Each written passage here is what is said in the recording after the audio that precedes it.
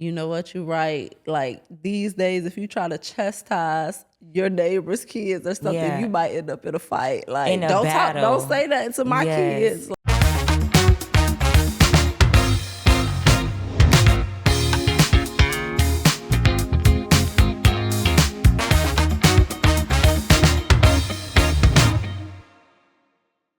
Hey, best friend. Hey, best friend.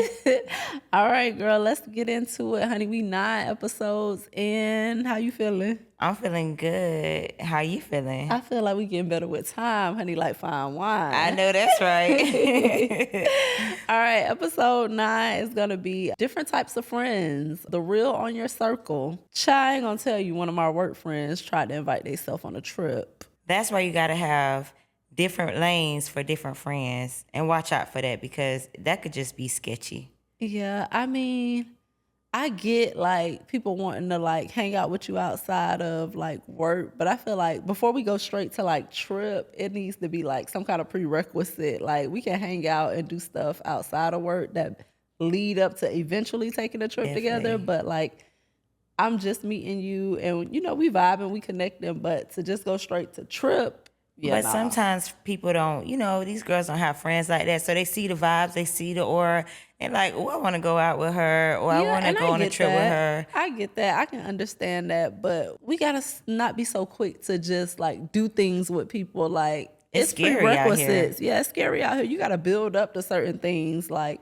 taking a trip somewhere, that's a big step. Like, you're going to be in Definitely. each other's space. Right. I don't really know you on that level. So, like, I feel like it's prerequisites to going out of town together. Like, let's go grab lunch or let's go grab a Right. coffee. Let me or check you something. out Let me first. see you outside of work and, you know, catch the vibe and see what it is outside of work. I agree. Yeah, so no, that's a no-go. So, best friend, Yes, ma'am. the 25-year friendship miracle. Yeah. Like us, it's a miracle to have a friendship for. It's rare. It's rare. It's a Very rarity. rare to have a 20+ year friendship. How do you survive those phases and like just growing with me?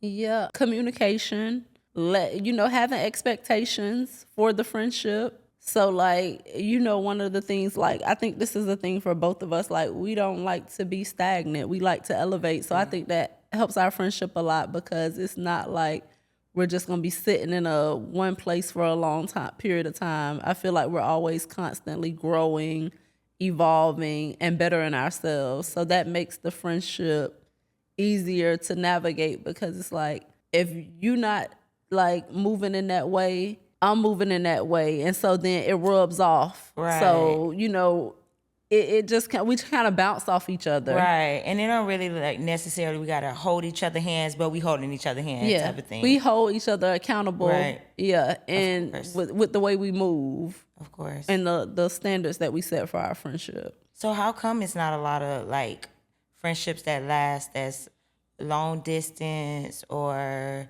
different phases have happened? Why they don't last? Oh, that's a good question. I mean, whether we want to admit it or not, some friendships just outgrow each other. I think I was listening the other day to an interview and I heard Amber Rose speak about like her reuniting her friendship with Black China, how before they might have been like young and immature, they didn't really have families at the time. So they was just out living fast and wild. And so although they didn't have a falling out, they kind of just like separated and went separate ways. One became a mother before the other. So now, you got different levels of life you dealing with. And I think they said what actually brought them back together is the friendship was always good, but they went away. They both worked on themselves and then they were able to come back and piece it together. So that I thought that was like, okay, I like that. They both took time to work on themselves, get themselves in order, get their family straight. And then they came back and they took off like the friendship never ended. But I feel like sometimes it comes off as like beef. You know what I mean? Yeah. And it's not if beef. we not Talking friends, or it's beef. it's beef. Some people will take it as it's beef, and I don't feel like it's beef. You know, so I agree with them, you know, Yeah, it's a separating. level of maturity that was Right. there where they were able to separate, realize that they needed first time to separate and be able to allow each other that time and then come back and pick up where they left off. Right. And I feel like, you know, unconditional acceptance, Yeah. not being judgmental, understanding each other Yes, in life yes. phases. Yeah. So I'm like that. Like I understand every phase in life. I mean, and it's like I can understand that, okay, you might have got married or you might started a family, and I can take a back seat to that. Some Yes. people can't take a back seat to that and just think that, oh, I don't talk to her all the time, we're not good friends, or you know, or it just be like, she don't talk to me like that, I'm just gonna go and do my own thing. And it never has to be that way. It can just it just can be like, you know, let me take a step back. My Yeah. friend needs to grow. Right. She's in a new phase in her life, you Yeah, she know. figuring things out. She's Yeah. Give her navigating some grace. motherhood. She's Yes. navigating being a wife. Yes. And so she might just need some time to herself to To figure figure it those things out. out. Yeah, yeah. I totally agree with that. And I think we should allow our friends that type of I grace agree. and that type of, distance makes the heart grow fonder. So although they're out doing, bettering themselves, when we come back, it's going to be just as, if the loyalty was there from the beginning, it's going to be just as tight knit as it was And before. if the love and respect, and you know, it'll fall back in place. Yes. It's just like if you don't talk to your friend in a couple weeks, a couple months, and y'all get on the phone, it's like nothing never changed. Like the love should still be there. So I do think that we do need to allow our friends to have some type of grace when we see that that life-changing events Yes. is happening Yeah. in their lives. Oh, do you want to share with our audience some maintenance secrets? What are some maintenance secrets that we use to keep our friendships solid, to help us? Let's talk about keeping it solid. What maintenance secrets can you give them to keeping the foundation solid? I feel like just keeping the secrets, Yeah. as secrets, you know what I Holding mean? in stuff that's Holding supposed to be in that's held in. supposed to be held in, you know. Confidentiality. Exactly. Being able to confide. Yeah, knowing what to keep confident. Yeah. You know, confidential. I mean, Yeah. not being always so openly to like discuss certain things, and that could be with other people. It could be nonchalantly, Yeah. or Yeah. it could be, you know, as a reason behind it, saying it to others or whatever. I feel like definitely knowing how to keep things solid with a secret or whatever's going on. If it's like something I'm telling you, you know, I don't want to hear it back sometimes. Or if I'm opening up about a hurtful event in my life, I don't want to hear it back, not from your other friends, or just I don't want to know that it's being spoken Discussed. about. Yeah. So I feel like that's the main thing. And even just anything that I've done or anything, if I tell you something, I just know that it ain't going nowhere. You know, Right, that's right. why I feel like our friendship has been so solid too. Yeah. It never has to be a time where I feel like, oh, she's bad mouthing me Right. behind my back or something. Or everybody in the street know Streets my know my business. business. One thing about it, though, nobody know me and my best friend business. I'm telling you, like exactly, and it's just like, you know, it's like a rule of thumb. Like we already know that. Yeah, we don't got have a to vault, and when we put it in the Yeah. vault, it's locked. We ain't It's even gotta going to the bring up. grave. We don't gotta bring it up no more. Or it's not for everybody. Yes. Or you know, it's just a level of loyalty and respect we have for each other to know that, you know, everything don't need to be discussed. Yeah. And we don't have to tell each other that. I feel like that's one of my biggest things with friendships and getting to know new people. A lot of people talk a lot, like they Yeah. talk too much, and that's scary to me. Yeah. Like they don't know how to hold things in, and I like when people to be able to not speak about everything. Right. Okay, so that was a good one. Being confidential, keeping what's between me and you, keeping that between me and you, being solid in that way. That's a good maintenance secret. Right. And then we're going to give them a maintenance secret to navigating their disagreements. So for navigating disagreements, I would always say, whenever you and your best friend or whenever you and your friends get into a disagreement, listen first. don't be so quick to want to respond. I think a lot of times we want to jump in and just respond right away. Like we're not even listening. We're just responding. So I think a tip for or a maintenance secret for navigating disagreements would be to listen.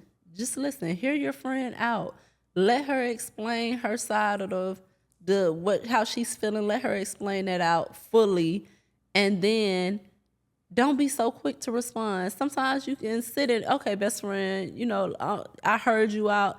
Let me sit with this for a day or so to see how I feel. Because sometimes I think we're so quick to just respond, like instantly. Like you say something to me, then now I'm just quick to respond. And I haven't even listened to you. So I haven't heard what you're even really trying to say to me because I'm just so focused on responding quickly. Sometimes we have to sit in stuff. I feel like for me, it's like to navigate a disagreement is to not text it. Oh, yeah, definitely. Because I feel like texts come off as you put your own emotion on the text. Cause I can do that. Yes. I can be like, oh, she said, you know what I mean? Like, cause you read it in your voice. Right. It's like the way you feel it. Exactly. So. And I'm such an overthinker. I'm like, oh, she was just like, oh, okay, and then I'll just feel another type of way, and now I'm upset about it, and I'm not able to, take it in fully of what was being discussed or, mentioned. Right. So I feel like all disagreements should be verbal. Mm-hmm, you should very much so talk about them. Does it matter if it's over the phone or in person? Do you think that matters? No, I don't think that matters because over the phone you still getting that same tone. Okay. You getting that same the tone to know that like, oh, it's no I always say that whenever I want to talk to somebody about something like serious, I'm never going to text anything serious to you. Like if we talking about something serious, I'm going to pick up the phone and call you because like you said, it can be misconstrued very easily because we put our own emotions on those texts. And you could have not even have remotely been coming off aggressive or mean or in that tone, but that's the way I'm perceiving it because that's the way I'm reading it. Because it's already like a disagreement. We're already there. Yeah. And also, I feel like a disagreement should not... if it's between you and your friend or really much so, like you can do whatever with anybody, but with your friend, I feel like the disagreement shouldn't hit the internet or you shouldn't recruit other friends or other people to take your side or to make them feel a way about your friend. Yeah. Because like that could be your family, your mom, sister, whoever, cousin, because at some point you know that this is my good friend, and we're gonna be back to that point, and then your family is not as easily forgiven as you are, so like once they be up with something, they be really like, forget her, I'm deleting her off here, I'm deleting her, and then, to you it's not even that serious. Y'all had a moment, but once you involve other people, it can go left quick, and that's why I feel like definitely you shouldn't do those things. Okay. Sure. All right. And then we're going to give them one more maintenance secret to, navigate in long-term friendships. How do you feel about using y'all history as glue? Like using y'all history as the glue that keeps y'all together. Like remembering like how far y'all have come and the things y'all have been through together. Do you think that can help sustain friendship or does history not matter? I don't think history matters. In some instance, you can probably feel like, okay, no, that was just a little one-off. I don't want to lose her because we've been friends for a long time, something like that. But I feel like if they did some shady business, history or not, you should be able to probably like cut them off if it's something really, really bad. Because, like, say for instance, if your friend slept with your ex or your baby daddy or something like that. I don't care how long we've been friends. Right. You gotta go. You know what I mean? You gotta go. But I'm saying like far as anything else, for sure, you distance.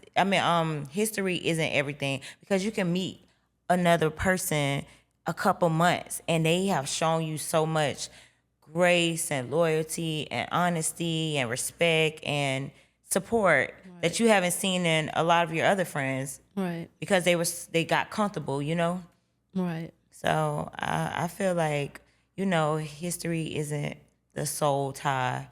It should be more than that. It should be definitely still the loyalty behind it, the respect, the support, those type of things. How is it possible we're so different but still connected? I feel like that's what makes us great. Like, I feel like literally. we've answered this question before, but like I feel like the things that I don't bring to the table, you bring to the table, and vice versa. The things Right. that I don't bring to the table, you bring to the table. For sure. Because you got your strict side and I got my playful, mushy side. And it's just like, I don't know. It's like it's like a sisterhood. I don't know. It just works. It just works. Like, Yeah. I can't really explain it because it's just so many great things that keep us Right. tied in. Right. And it's not that. And we try. We put Right. up forth a lot of effort and we really keep our friendship as a commitment. Right. We more take it serious. right. Like, it's like we got papers on each Right. other. Something like We really like work at it. right. And I think that's like one of the major things. Like, you got to maintenance these friendships. You just Yes. don't become friends with somebody. It's just like when you start dating somebody and you doing all these things in the beginning, taking them out, whining and dining them, Right. buying them gifts, and then like 3 months into the relationship, now y'all ain't been to dinner. You ain't got no Right. flowers. Exactly. It's that same type of thing. Like, the I things agree. that you did to get me as a friend in the beginning, you have to keep doing those things to keep me as I a agree. friend. I definitely agree. Yeah. So, Kate, why do some childhood friendships last while others fade? I think childhood in itself we're not fully developed in childhood. So I think a lot of us may not necessarily know who we are or know what we want. And naturally, we just take different paths. Or it could be something as simple as you meet a friend in elementary school and then your parents get a new job up the road and now you have to relocate. You have to move.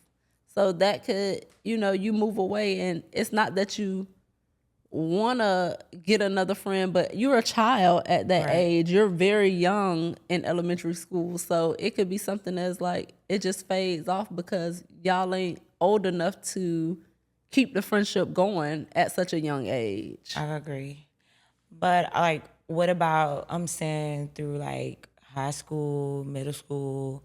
Yeah, that's a different ball. Middle school is Or more whether- on the lines of like same thing like elementary. Like I said, high school then. For me, I feel like I probably stopped being friends with somebody at that moment of high school and stuff because they probably started having kids and I didn't have kids Yeah, yet. that was So a big I didn't- thing for us. I didn't understand probably the things that they were going through. You didn't know how to navigate that space. Exactly. So instead you just pulled away. Right. Or we just weathered away, Yeah. not really, we never had a falling out or Right. we never had, an issue. It's just Right. that we was young and we Yeah. didn't even know that, like, okay, we can keep this alive. Right. And so, like, now I know, like, as Yeah. long as you're working, I'm working towards Right. it can work. But Right. it's like then you didn't understand that process, especially if you wasn't in the same space as your friend. I can agree with that. And I think now I'm mature enough to know and to go back and probably apologize to some of my good friends who we might have been like this in high school, like close, thick as thieves. And then they started to have kids and build families. And then it kind of like withered away or like died down. And not because any of the love was lost or, just for the simple fact that we both didn't know how to navigate that space. Now you have things to do as a mother and you're busy. And so you can't do as many things as you probably would like to do. We would be outside kicking Yeah, it. You ain't yeah. had no responsibilities for real. Yeah. So when that changed, you can't hang no more like Yeah, we is. you're right. So of course it just seems like you get out of the group or something Yeah, like that, which you never really was removed. It Right. just like your priorities changed. Yes. It was a shift in priority. Definitely. Yeah. But I think those friends who I can see that being like now that I sit here and look back at it, I can see that being like kind of hurtful for those friends. I can like, agree. You transitioning into motherhood and you kind of losing your friends in the same. Especially the good ones. Yes. Yes, I can agree. Yeah, and you losing your friends in like the same token of that situation. That could be hurtful. For sure. Yeah. I like when I think about it, I do find that being very hurtful because you know that even though their life changed, We should have been able to stand in and support them in the way that they needed to be supported, because I'm sure they needed a lot of support navigating something new like that. but being young, you just don't understand the responsibilities Yeah. because you don't have that same responsibility. So I do take a Accountability. fault, Yeah. for sure that I didn't do my best in some of my friendships Yeah. that had like kids or got married early or something like that. Yes. Like I just, shoot, I'm still free, so I'm just doing whatever I'm doing. But I do feel bad now that I'm growing and I'm having my own kid, and we're much older. I'm able to see the big difference. All right, let's talk about the work friend, like the workplace connections, like our work friend balance, work friend connection in this next segment. So, do you feel like you're basically too old for new friends? You know how Drake taught us, no new friends? No, I like meeting new people. Okay. I like meeting new people, but I'm not gonna say like they're my friends. You know what I mean? I like meeting new people in a space of like getting to know people and stuff like that, and Just different being talks. sociable. You like to socialize. Because you never know, those connections take you a long way in life. Like we talked about, going to college Yeah. and stuff like that. Like those different connections you have with people really can take you farther than where you were mentally and just physically too, because it's like you could just be somewhere and they might have a different mindset. Like, you know what? When I started doing Pilates, like you started doing Pilates, or when I started doing yoga, my mindset changed, things like that. So I feel like I like meeting new people because they give me a different perspective on some things.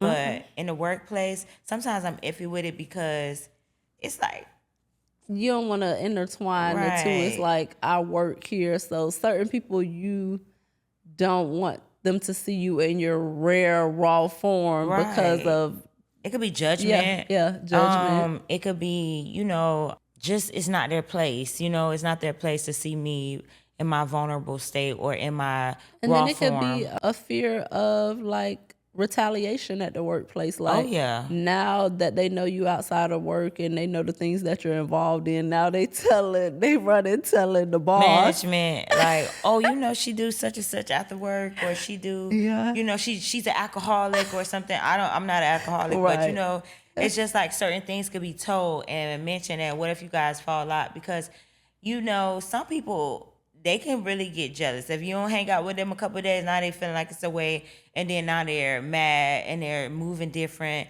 and then they might start talking about you or saying certain things At the workplace. At the workplace, and now you got drama at work. Now you got beef at work. Right. And I don't like to mess around. Right. That's just where like I dating eat. at work. I'm never gonna date at work. I don't care what nobody says. It could have been the boss, the higher up, whoever it is. I don't want to date at work.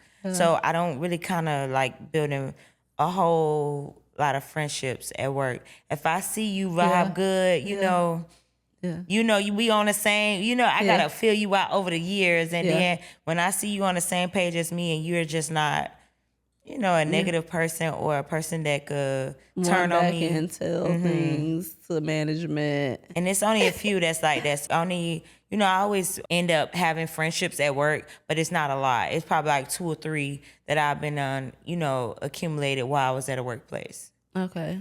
And 3 is just that's unrealistic, but probably like 1 or 2. Do you think trauma-based friendship avoidance, do you think like no new friends, like is that trauma-based? Like you avoid getting new friends because of like past trauma with friendships? I feel like it is. Yeah. It's definitely trauma based for sure, because some people have really been damaged and hurt behind a friendship because their trust. They have trusted a person.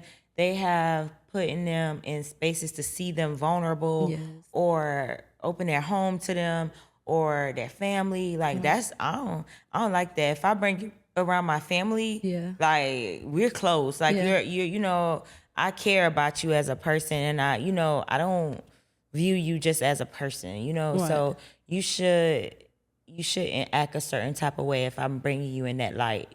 So of course, if somebody hurt you and you just like, you know what, after this, I don't want to deal with girls. You know what I mean? Yeah, yeah. So it's very much so common, but sometimes I can tend to like give grace Yeah. and still open up my heart to be friends with people because I've been hurt by friends Right. or like homegirls or something like that. But I don't know really how to show my hurt like that. I'll just stop talking to a person. Right. I definitely believe that no new friends thing is based and underlying in trauma. It's a trauma response, definitely, because it's like you said, once you're hurt in a friendship, and then friendship is it's already a lot. It's not when you're in real friendship. It's a lot that come with that. So I think people avoid it because of all the work that has to be put in it. Like if you got a lot of friends, you probably spread really thin. If you upkeeping your friendships the way they needed to be upkept, you probably spread real thin. So I think for me, especially, like I avoid new friendships. I don't know why. You got to be that girl. I got to be feeling your vibes to make me want to start a new friendship up with you. See, now that you say that, it's like I could say like friendship, but I'm saying like homegirls. You know what I mean? Like, cause some people it's Yeah. just fun to like go hang out and get a couple drinks with, or Right. get a bite to eat with, and they got a good vibe. But like you said, with friendships, I am kind of skeptical with About friendships for new sure. friends at this age. Cause I definitely don't like to tell my business to people for Yeah, sure. yeah. Like I'm just kind of like off limits And it's with like that. once you done vetted like those few people that you trust, it's like the only way I'm going out in search of new friends, like, is if like something drastic has happened to like my friends, like my day ones, like they're no longer there, or like I just can't see myself just going out in search of new friends. But I mean, people do it all the time. I mean, Right. a lot of these apps that are dating apps, some of them can be used to find friends. Not all of them are for like dating. I Right. never knew that. Like Bumble and stuff, you can use it to find friendship, I guess. Like you can put on there like your preferences, girl looking for another girl for friendship or whatever. Like I didn't know that. yeah, so I mean, people are making new friends in this day and age. I feel like I had to. I don't kind of probably want to meet you through those things or whatever. Yeah. I don't. You want to I'm do not- it the natural, the old school way. Right. I need to feel your energy. I need to, or like even with dating, I want to know somebody that kind of know you or something Yeah. like that. You It's want them kind to of have a reference. reference. Yeah, I need a reference. I feel like Like a job application. Yeah, I feel like anytime I've like ventured off on my own, it ain't been good. So it's like Send me 3 references and right. then we can talk. I need some references for sure. So I feel like I want to meet people, the organic way. Yeah. Just so I can understand what I'm up against. Right. Okay. So Kate, what are some benefits of having work friends? Benefits of having work friends. Career networking. Yeah. Like those people are in your field, so they climbing basically the same ladder as you. So they might know a few things that you don't know in that space. So you're able to go out and navigate in the workspace and do a lot of networking with your friends from work.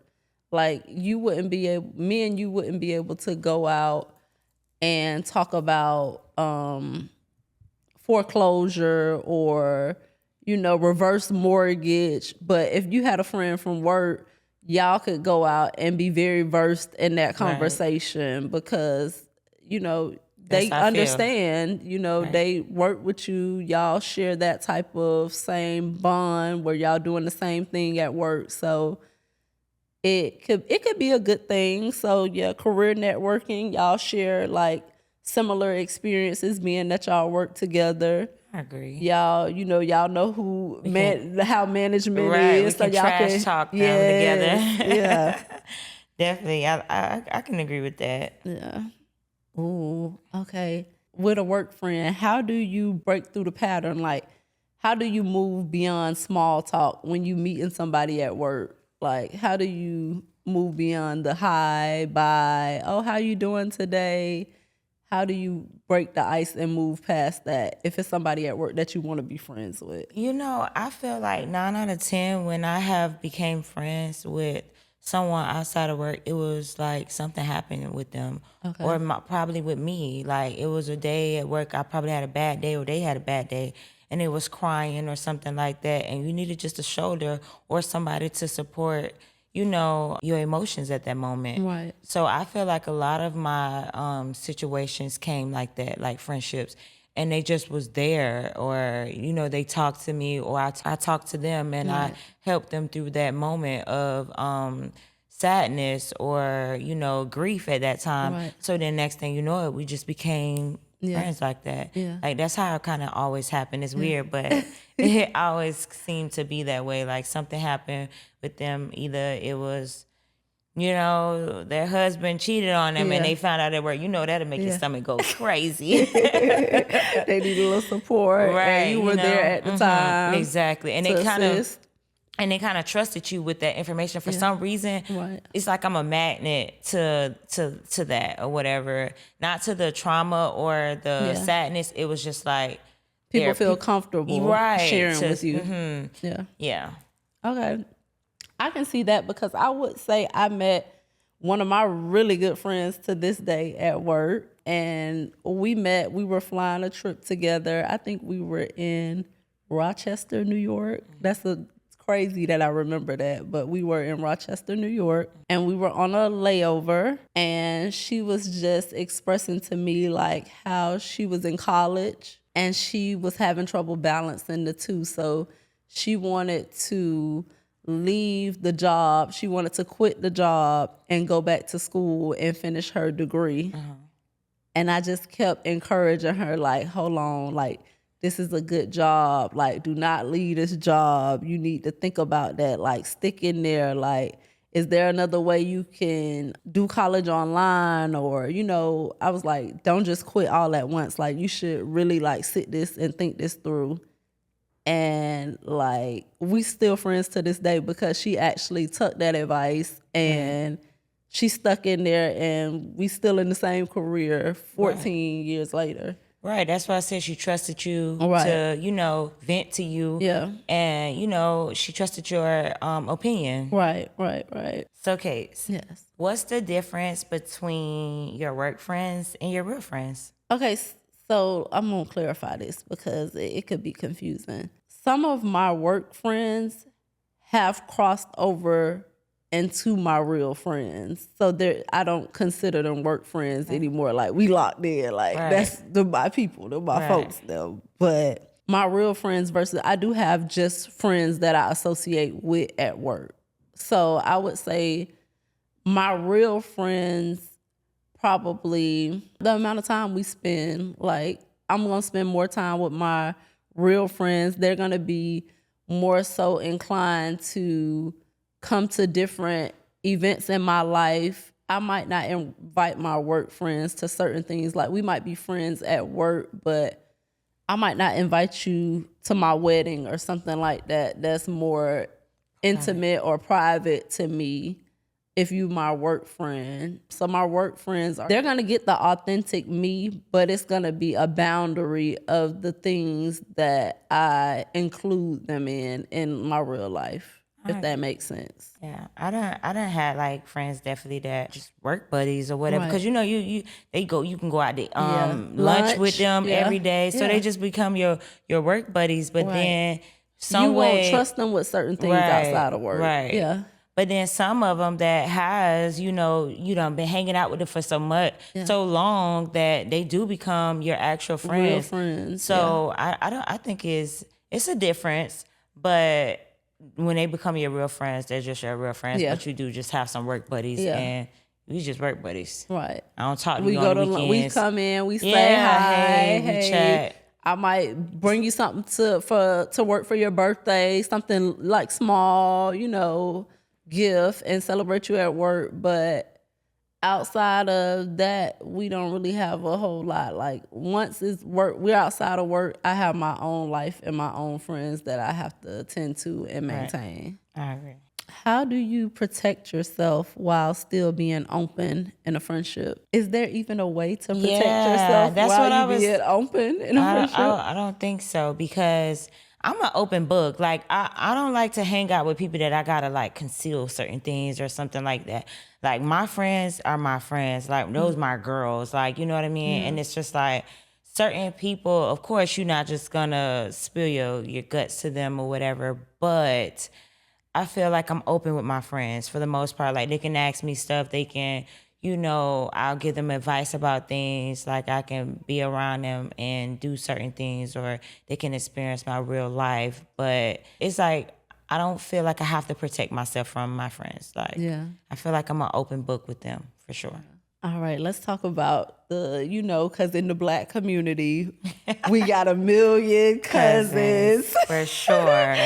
Friends, cousins, like play cousins. So let's talk about that. Like being from a Black community, we always say, "Oh, that's my cousin. That's my cousin," right. And we don't know how we related.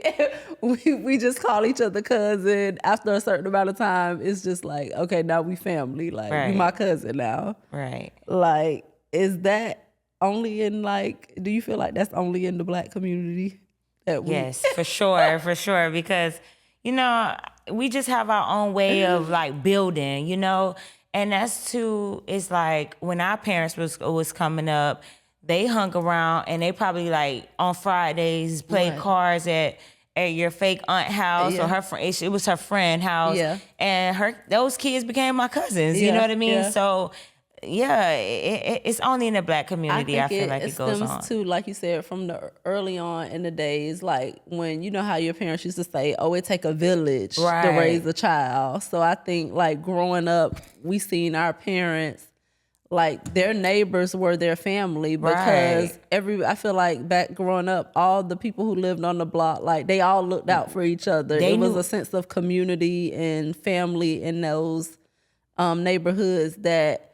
Now, we hanging out every day. Your mom chastising me, my mom chastising you, even though we're not related, we're neighbors. But that crossover into family. So it's like now we family. The community pitched in to help raise you at some point, or to, help contribute to who you are today. Your upbringing. Exactly. So I feel like for sure it's only in the Black community. I've never heard any other race of people just be like, "Oh, that's my cousin," and it ain't really their cousin. Yeah. So I feel like it takes a village to raise a family or some kids. Yeah. But I feel like that's not a thing anymore. You know that? I don't really see that as much. You don't see people like pitching in and actually, you know what, you're right. Like these days, if you try to chastise your neighbor's kids or something, you might end up in a fight. Like don't say that to my kids. Like, definitely, I think we need to get back to that though. No, I do, because it takes a village to raise children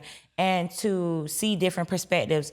Your mom might be, or her mom might be real lax. Right. And then it might be a strict neighbor, and it's her friend as well. Yeah. And it can give her some guidance and a better navigation to navigate the path better for her. Navigate the path better, or to broaden her mental space. Yeah. Like it could be, like I said, a young girl, and your next door neighbor been through more things than your mom been through, or your mom feel like, "Oh, I'm just gonna let her do whatever she want," and then your neighbor can come in and say, "You know what? Come over here, let me talk to you."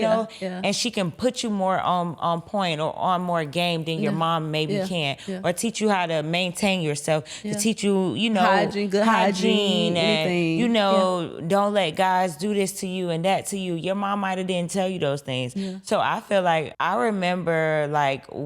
It might be a little TMI, and my mom's best friend growing up, I wasn't using I'm gonna say tampons or something Right. like that, and she literally took me in the bathroom And showed and you. showed me, and told me how to take it out and Right. do those things. And she was more hands-on with me versus like, yes, I could have asked my mom, but my Right. mom's best friend showed me and told Right. me You didn't have how to ask her. right. She knew, she saw that you didn't have that skill or you didn't know how to Right. navigate that space. And And so my she mom stood probably in. didn't use those, you know Yeah, what I mean? My right. mom probably just used, regular pads or something. Right. So it's just, it wasn't that, my mama didn't want to like be there for me. It's just Right. like somebody else knew more than she did Right. about this certain situation. Right. And they stepped in And they and stepped covered in. for her. And I Exactly. love that. Oh, please Yes. step in and cover for me. I'm telling you, because like I just feel like we need that community service Yeah, acts yeah. to start back, because like I said, even with males, your uncle used to be able to come Yes. in and chastise your son Yeah. or your brother Yeah. or your cousin, Yeah. and it's like I feel like these young men need guidance, these A young lot of women need guidance. And not just from the parent or the in-house Yeah. family. Yeah. It needs to be, Some people who done been through some things. Right. Yeah, because like you say, your parents might not always have those experiences. Some of us Right. come from households where it's two families and, they ain't never did nothing outside the way. And then you got other households where it's just single moms or single dads. Yeah. And they done been through a little bit more. They got a little bit more experience out there. Mm. So, yeah, I can see it going both ways.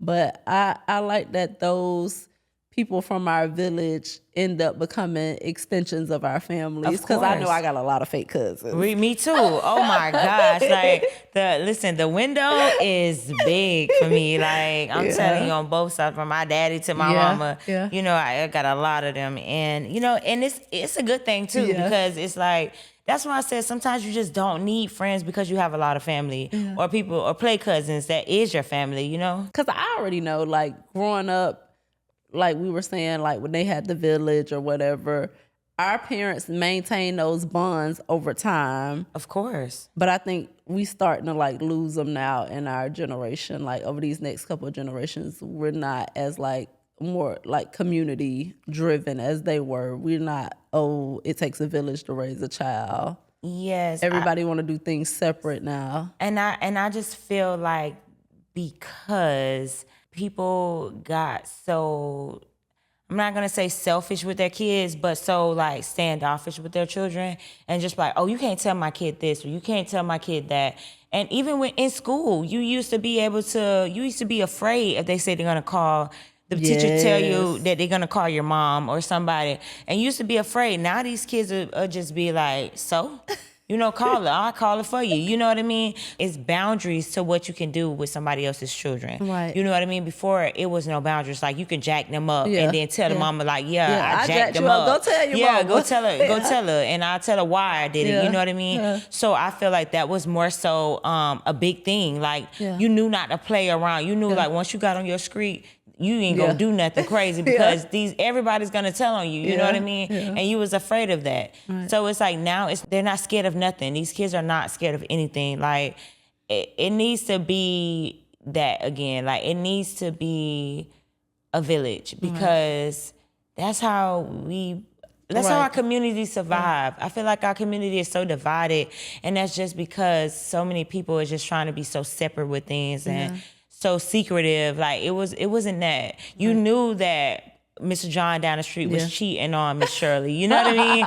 And it's like, the mama didn't judge her for real. Because she probably went down there and consoled her most nights. And he might have had extra kids and everything. And it wasn't a thing like, girl, you better leave him and stuff like that. They kind of worked through their marriages or worked through their traumas and stuff like that versus, giving them that talk to like give up on them. Yeah. And it's like now it's like, girl, it's more guys out there in the sea. Go ahead and change and leave him alone. But again, that goes back to social media. We have so many choices now through social media when it wasn't that many choices back in the day. Yeah.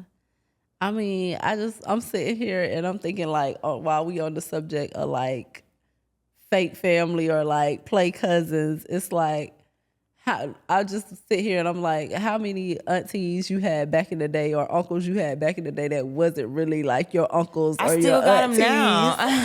And then as we sitting here thinking, I'm thinking like, you about to have a baby. I'm about to be an auntie. And it is. It's along those same lines. It's the same thing. It's like, you're my friend, you're my best friend, but like, you're about to have a baby. So, we're not related by blood, but we related by blood. Right. So like, I'm the auntie. Exactly. Nobody can't tell me different. Like, that's my baby auntie. So when she grow up, she gonna know, like, right. that's my aunt. Like, yeah.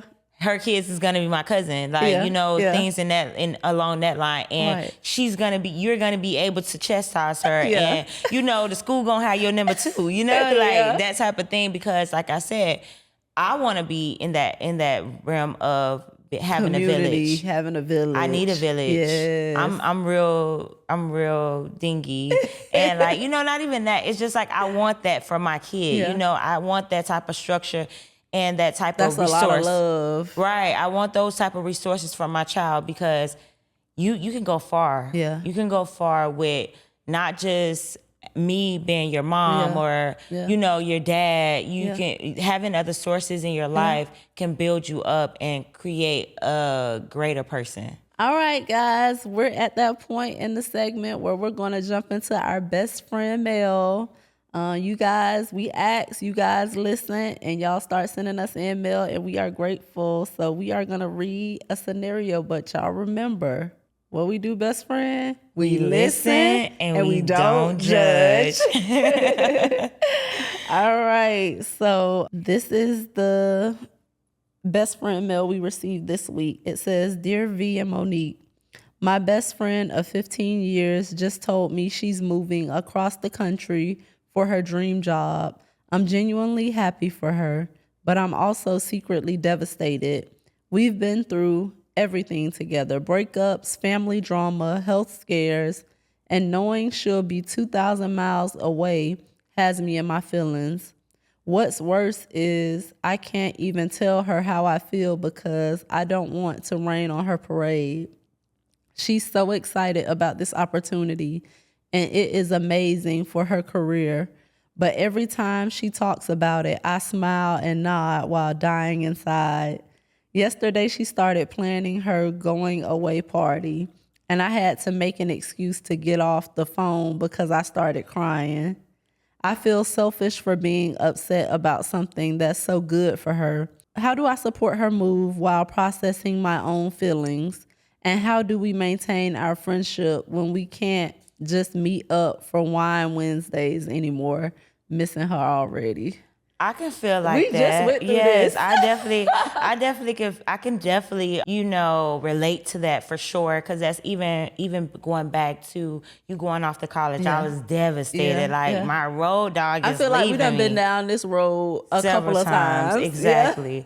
But like I said, when you first initially went off to college, I was devastated. I was like, oh my God, my road dog is leaving. I don't have no friends. I didn't want to hang around anybody else. I started going to the clubs alone, like literally alone, or with my sister or something like that. But 9 out of 10, I'll go alone, and I know I'll meet people there that I know. Right. But I didn't want to have nobody else in your space because I felt like I don't want to feel like I'm replacing her. So I even, hung out with my brother-in-law and stuff like that, and just made it like it's not a girl. It's my brother-in-law I'm hanging out with. So it didn't seem like, I'm replacing. But I was definitely devastated, and it was hard to overcome that. But the thing about it is our communication got stronger. My gosh. Like the communication over exceeded expectations, and I still would just be like begging, coming down every month or something like that. Every couple weeks, I'm like, oh, come down, come stay at the house, like you know what I'm saying. It was just like,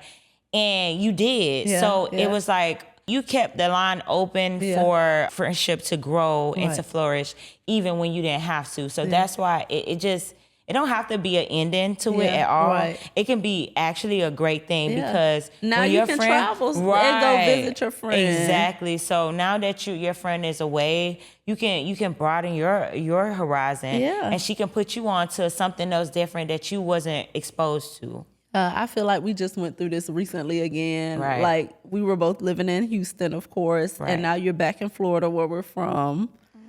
And although it was bittersweet, I felt like the move was a big step for you. Like, it was gonna be beneficial to your growth. So how I'm gonna stop you from moving? Of course, I'm gonna cheer you on. I'm gonna be Right. happy for you. And then, girl, I'm jumping on flights. Right, that's what I'm saying. So it's like, you don't really feel it. Like, Yeah. I don't really feel it. And especially, like I said, our line of communication is phenomenal. And, it was for a growth spurt.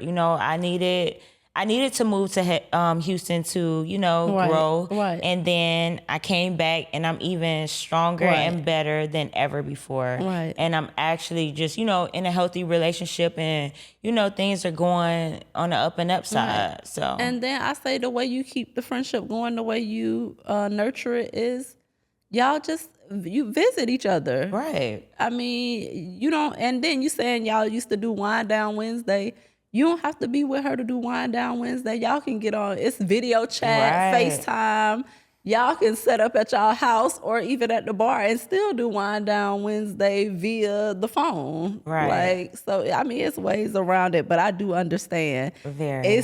It's a different kind of level Yes. being in the same city. Yes, with your because it's best like you friend, can for just sure. pull up on them, Yes. and it's Without just, that extra step of having to go to the exactly. airport. And knowing that time expires, Yeah. Yeah, it's shortly, limited. it's Yeah. limited. So I do get it. It's hard, but Yeah. it can work. Trust me. Keep your head up. It can work. Yes, definitely. All right, guys, we're getting ready to close out the segment. So we're going to go back and recap some of the key takeaways from this episode. Friendship diversity is healthy. Having more than one type of friend. Like, we have work friends, we have play cousins that are friends, we have, all different categories and groups of friends. So friendship diversity is a healthy thing.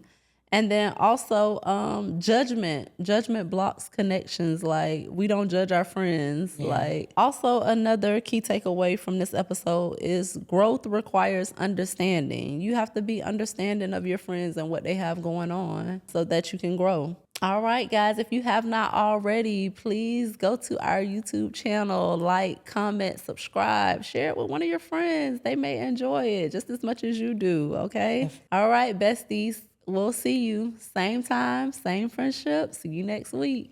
Later, guys.